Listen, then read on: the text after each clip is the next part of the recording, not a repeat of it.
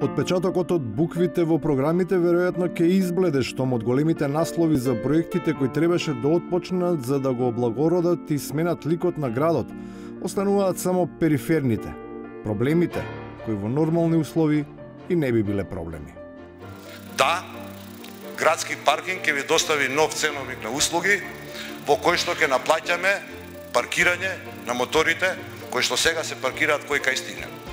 Се разбира, сесредна е поддршката на оние кои сега се проблемоти, ниту тие изгледа немаат елементарно чувство за тоа што е град, што е мотокултура, што е некултура, па наместо да се чувствуваат обесправени и да демонстрираат против кметовиот молк за продолжувањето на урбаната дехуманизација, тие се класифицираат себе си за жртви, затоа што не ке може да се погледнат во очи со своите фарови.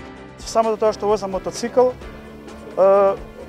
на некој начин се жртвувам и е неприфатливо да моторот го паркирам пример на одбележен паркинг и потоа пешачам 500 метри или 1 километар до местото пример во Дебар мало, сакам да седнам на ручек и не можам да одам моторот да си го гледам. Над својата судбина ламентираат и собствениците на ноќните клубови кои пропуштаат алкохол без лична карта, вработуваат без да вработат и наплатуваат, ама без фискално.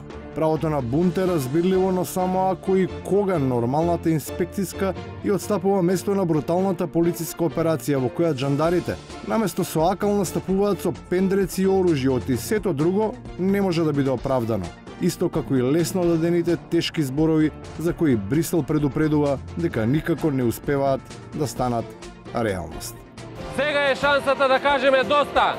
Доста ни од ваква држава без правда. Нема правила во држава која важи за секуларна, журката наместо диџеи почнуваат да ја прават попови, пуштајќи рефрени со кои криејќи се зад својата, ја критикуваат туѓата униформа. И луѓето не можам да ги разберам. НАТО е воен сојуз.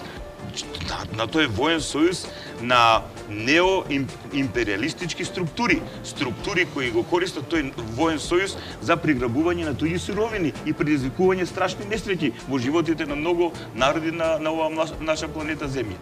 Толкувањата на историјата на сегашните на идните на сојузништвото од минатото се апсолутно бесмислени кога некој јасно ги презентира своите ставови, отворено декларирајќи се како противник на цивилизацијската интеграција, искрено жалејќи за пропаста на една држава во која тој и другарот Иванов од Титови младенци би можеле да станат најблиски соработници на Милошевиќ. Ако некој ми кажал 92 година дека ќе гласам за Република Северна Македонија и дека ќе бидам северно македонец и дека секој се смени, прашање дали би гласал за напуштање на Југославија. Затоа што тогаш си бев македонец, си бев на Македонска академија на науки и уметности, се си беше македонско и така натаму.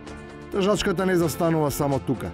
На политичарите кои што својата кариера ја градеа на концепт на персонален, а не на програмски атак, сега им недостигаат ведетите на чие име тие единствено успеваа да го крепат сопствениот рейтинг. Ова не е партијата која што ја градеше и создаваше Бранко Црвенковски, ова не е партијата која што ја создаваше и градеше Илинка Митрева и цела низа на првенци на СДСМ. Ти фалат Бранко и Илинка нешто? Па да. И на крајот, за тоа дека секому, за да свати, сепак му треба малку повеќе време. Не ме прекинувај од цели таму да ми додадеш секунди. И нам ни недостига време, затоа што тоа што го имавме на располагање заврши. Барем за оваа сезона.